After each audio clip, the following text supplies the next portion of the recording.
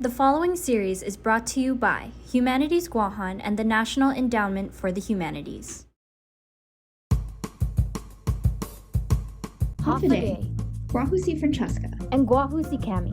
Welcome to From Our Nånas for Our Nenis. In this series, we will learn about all the ways we can take part in a food sovereign and food secure future. From learning about how to grow our own food, cook with local produce, and support the farmers who feed our island. It's going to be a fun journey. Join us as we explore the island, try new recipes, make mistakes, and learn about how we can all be a part of a more sustainable future. We're going to try our best to gain as much knowledge as we can from our Nånas for our Nenis.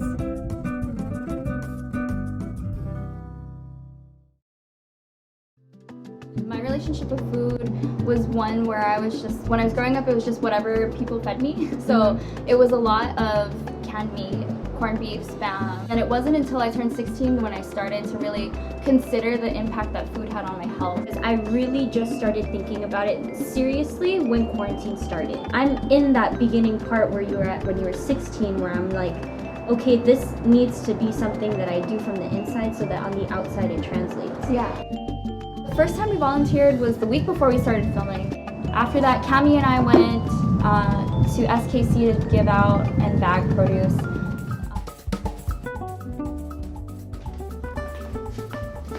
And I'm back from Guåhan Sustainable with my bag of produce right here, ready to show you guys exactly what we packed into everybody's basic bag and what I'm gonna take home and show you how to cook with. So let's get started. Vegetable number one in question, kangkong. Kangkong grows kind of like wild here, and you can cook with the stems and the leaves, and it's a beautiful, nice leafy dark green. So after the kangkong, we have some wing beans. They trellis. So the way they grow is they climb up a structure or another plant, and then these little beans hang down. If you cook them in like a stew or something, they add a nice little change in texture, nice little crunch. And then we also have amagosu, or bitter melon, which is a childhood not favorite of mine. It is very bitter, as the name suggests. Next up, we have some green beans, some string beans, the dark variety as well as the purple variety, which I'm excited about because I have not seen these purple string beans in a long time, but I remember them from when I was really little, but I don't remember eating them, so I'm really excited. Some eggplants, which are not egg-shaped. These are some funky, skinny eggplant. I love eggplant in anything from an omelet to a soup to a stew. Or Nenis, which is the Chamorro traditional way to eat these. Grilled and then marinated in some coconut milk. These are chotda, or cooking bananas. A little bit more starchy. You want to like compare them to a plantain rather than a banana. We love some chotda. A cucumber. Cucumbers grow really well on Guam. I think they're available year round. In case you're wondering about any of these vegetables, I will put in the description box the handout that we provided inside the cookbook about each vegetable that grows here locally, and as well as the seasons they are available. And moving on, we also have some alligator or avocados. So these are also in season right now. Hallelujah, we love some avocado. I do really want to pair it with this basil. So this is fresh basil. It smells so good. Oh, I love the smell of basil. Fresh basil is really a game changer for really simple recipes like salads. If you just throw in a little bit of chopped fresh basil, it'll completely enliven the food that you're making. Speaking of flavorful and enlivening little greens, we have these microgreens. So these are from Guåhan Sustainable themselves. Before they started doing these food bags, they were teaching the public how to grow microgreens at home. Next, we have my mango. We have one mango. I know that if you ordered a fruit bag, you would have gotten like a mango, a pineapple, and dragon fruit. The last of the big guys we have is a lemai. So this is a breadfruit.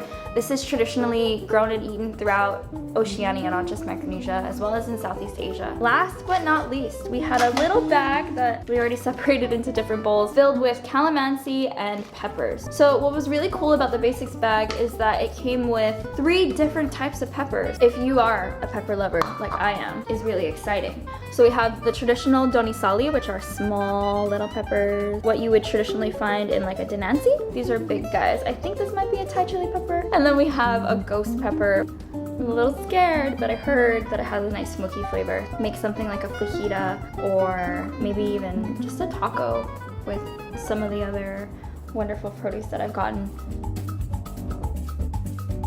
So for breakfast today, I'm having a little chota smoothie or a aga smoothie if you have aga. Fruit is the best for me to have in the morning because it doesn't really, it helps my digestive system get going. So for the ingredients in the smoothie, I'm just using chota, and then I'm gonna supplement with coconut milk, and then handful of almonds and some maca and ashwagandha powder. These are totally optional. I really like to put my supplements in my food first thing in the morning so I don't have to think about it later on. So I'll go ahead and pop that all in the blender, get that going, and then breakfast will be served.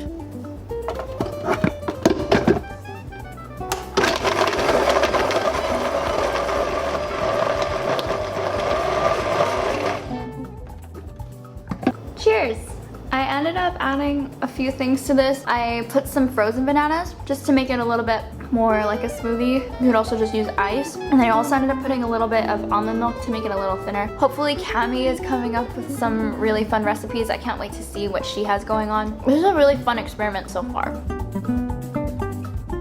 So I'm actually super happy because in the cookbook, I was flipping through it and I found a way to make sure that I eat the bitter melon in the farm fresh produce bag, and it is pickled. Whenever I pickle anything, I always just reuse any jars that I have in my house. It has the amagosu in it, and it also has some of the doni from Paloma Farms. In the first farm fresh produce bag I've ever gotten, my mom did the same thing, and she said that it was really good, and I wanted to try to do something similar. I always say this, but amagosu is something that I would always just skip if I see it at the table. It's forced me to try something out of the box, which is really awesome. Because I had a lot more doni, where'd it go?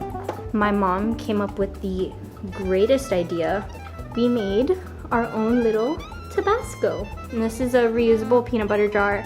You can see the ghost pepper in there and all of the doni we've accumulated from Paloma Farms. It's just vinegar, sugar, salt to taste, and I'm really impressed with how it tastes. It's like Tabasco, but so much more pica, but it still has that zing in it. And I'm really proud of it. And I'm back! I'm gonna make some tinaktak, a bunch of veggies from the Guåhan sustainable bag, and we also have some baby cabbage or some Brussels sprouts. Of course, you need your staples, your garlic, your onions, your lemon, and your coconut milk. Just because I'm gonna be feeding some meat eaters, I'm gonna throw in some Beyond Beef. You don't have to use this. I think it's perfectly fine to just use veggies. So we're starting off by chopping our veggies maybe like 1 inch to 1.5 inches long. And then another thing that you can do while you're prepping your veggies is to cut your eggplant and then soak it in some salted water. That was a tip that I learned from Auntie Hope of Hope Farms.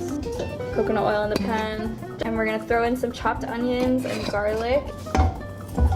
Get that going. Probably do like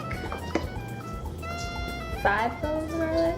And while that's going, just go ahead and chop your cigadizas, your wing beans. So I'm going to season the onions, a little bit of black pepper, a little bit of salt. So at this point you can add in your plant-based meat if you have it. Of course, you can always forego that step and just go straight into sauteing your veggies. And just let that go until it looks something like ground beef.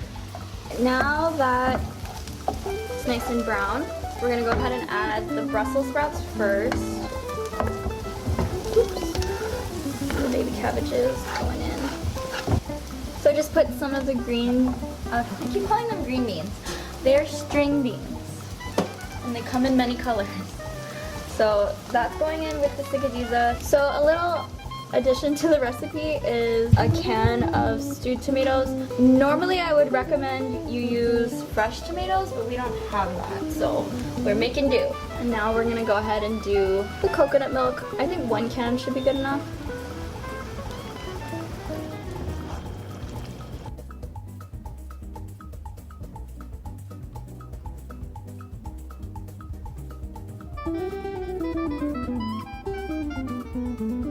I had a really good experience cooking with the food and volunteering with Guåhan Sustainable. It's something that I've been doing for a number of years, but how did you feel cooking with the produce? I liked reflected on my eating habits and even like the way that I utilized the different parts of produce. I experimented, which was great, and I didn't stay in the bubble that I keep myself in, so that's how I felt it was like successful. Cooking with Guåhan sustainable produce bag showed us how shopping and eating locally can reduce the trash that goes into our waste stream. We had a chance to sit down with Kristen Oberiano, where she taught us about our current food system and why we need to make it more sustainable. My name is Kristen Oberiano. I am the Secretary of Guåhan Sustainable Culture, also known as GSC, and we are a nonprofit organization dedicated to environmental sustainability, food security, and food sovereignty on Guam. So from the perspective of GSC, food security and food sovereignty are a little bit different. So food security is the idea that a person or a family or a community has access to foods, just generally.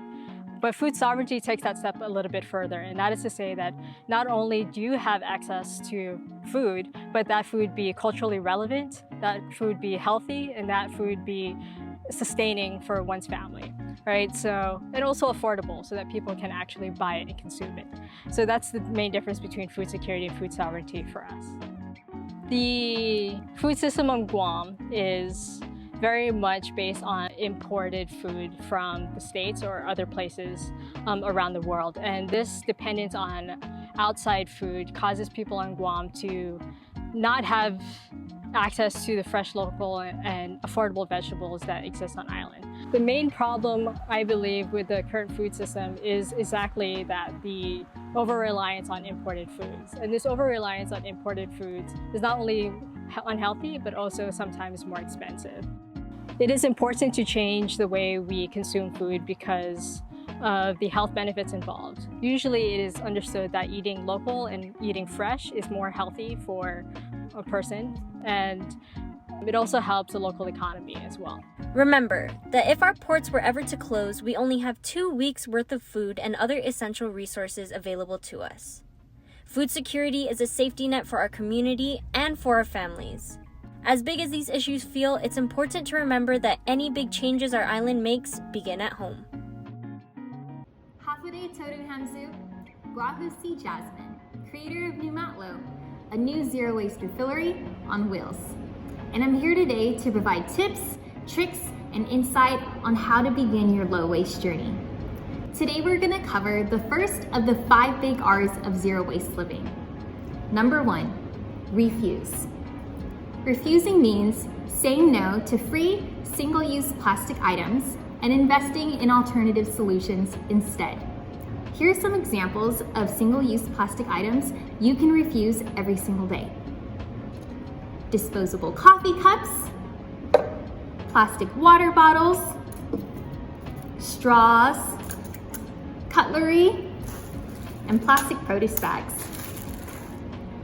Take the time to reflect on what single-use plastic items you're bringing into your home. If it's cups, bring your own for the store to fill up. You can omit the cutlery and bring some silverware from home as well. And as for the plastic produce bags, you can actually omit them entirely, or you can bring your own reusable ones.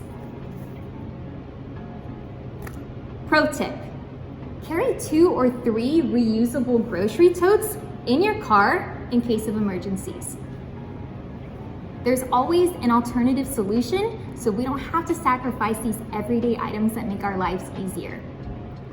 If you like these tips and tricks and you want to invest in our island, support our Kickstarter launching next month in May.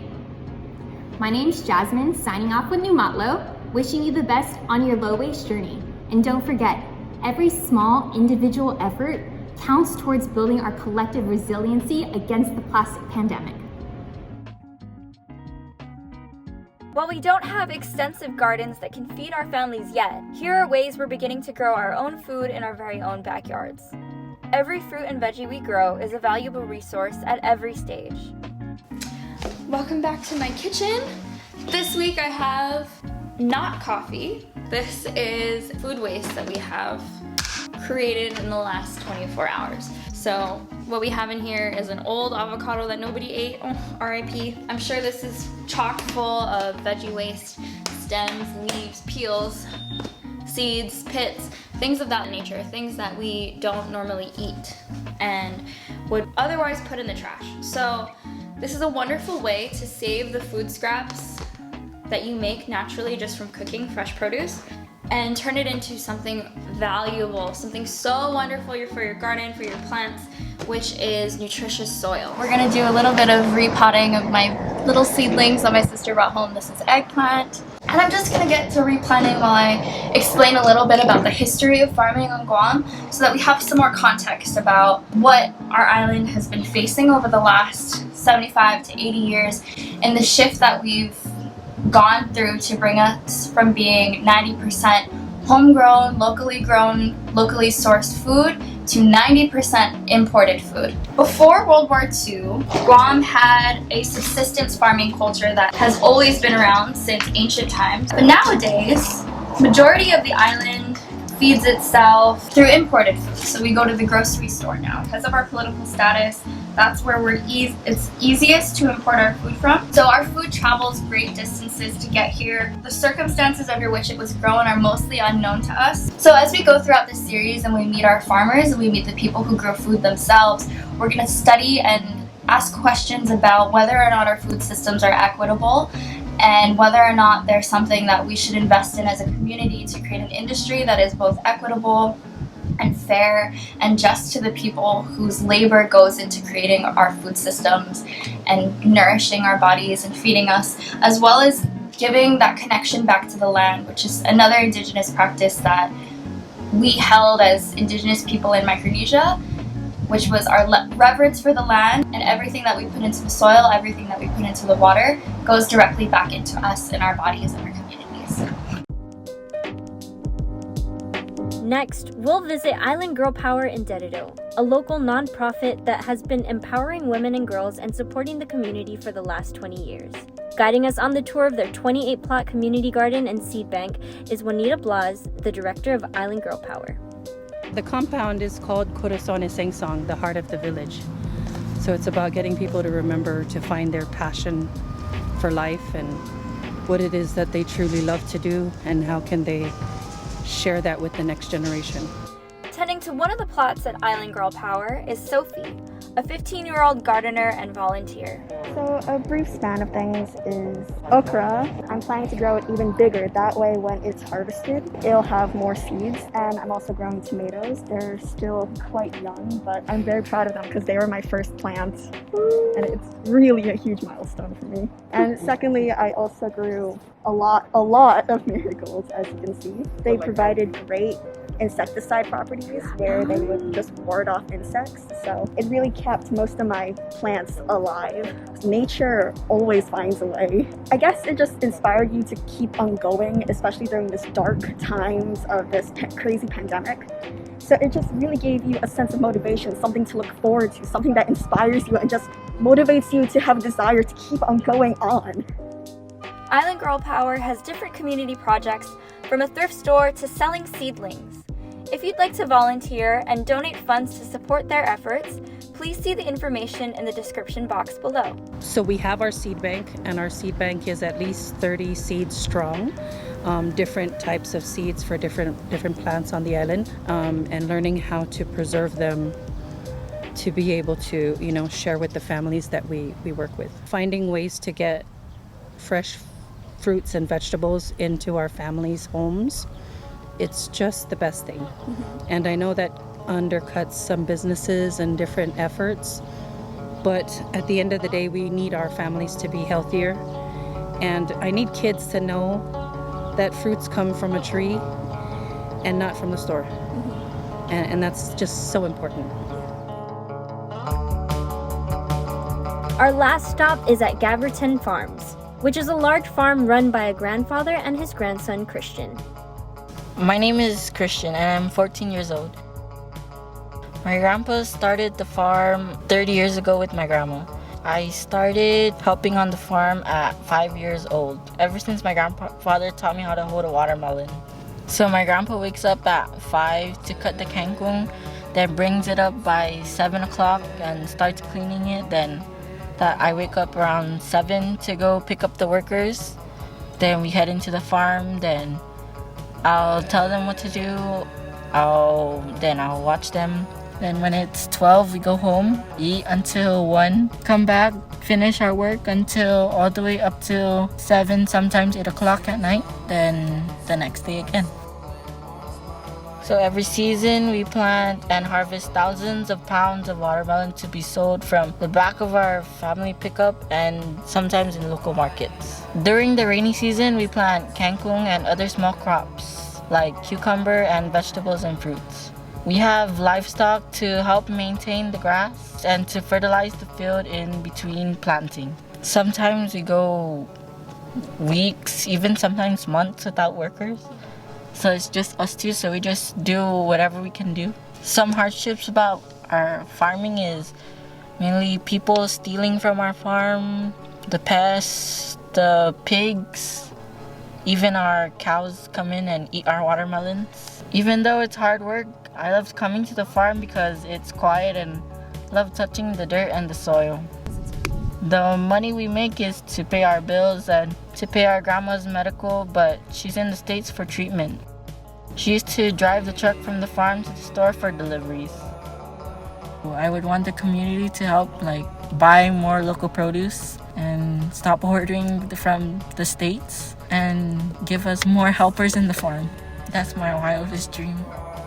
So supporting local and eating local actually helps Guam's farmers produce more culturally relevant, healthy foods for the island's community. We've barely scratched the surface on these issues, but it's important for us to reiterate the impact that growing local and buying local has on our community. Growing our food connects us to the land and helps us to appreciate our resources. Investing in local farmers through volunteering and by buying their produce increases food security while also supporting the families that feed us. Our whole community is centered around food. But when we look closely, we can see how our economy, autonomy, and wellness are shaped by our food systems. The path to food sovereignty and food security is a holistic one. It can be found in our backyards, community gardens, and our local farms. But first, we must find it in ourselves. Dunkulu na si Zeus Maasi to Island Girl Power, Gabberton Farms, and Guåhan Sustainable for your time and help in making this episode possible. Coming up next on From Our Nånas for Our Nenis. When we throw things away, where is away? What happens to our waste and where does it go? As a community of small islands, the waste crisis is a large issue we want to bring into focus.